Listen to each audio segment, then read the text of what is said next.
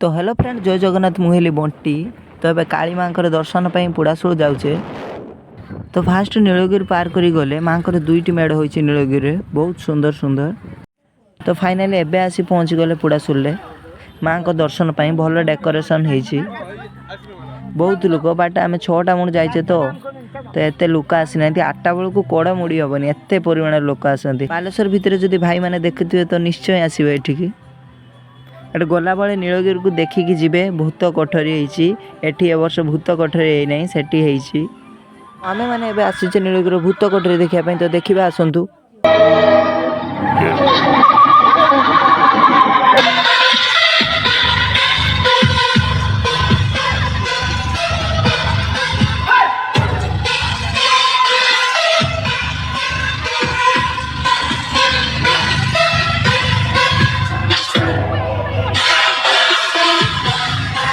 तो बहुत सुंदर थिला माँ पूजा नीलगिरी एवं पुड़ाशुल जदि भल लगी भिडियोटा गोटे छोट कमेंट करेंगे।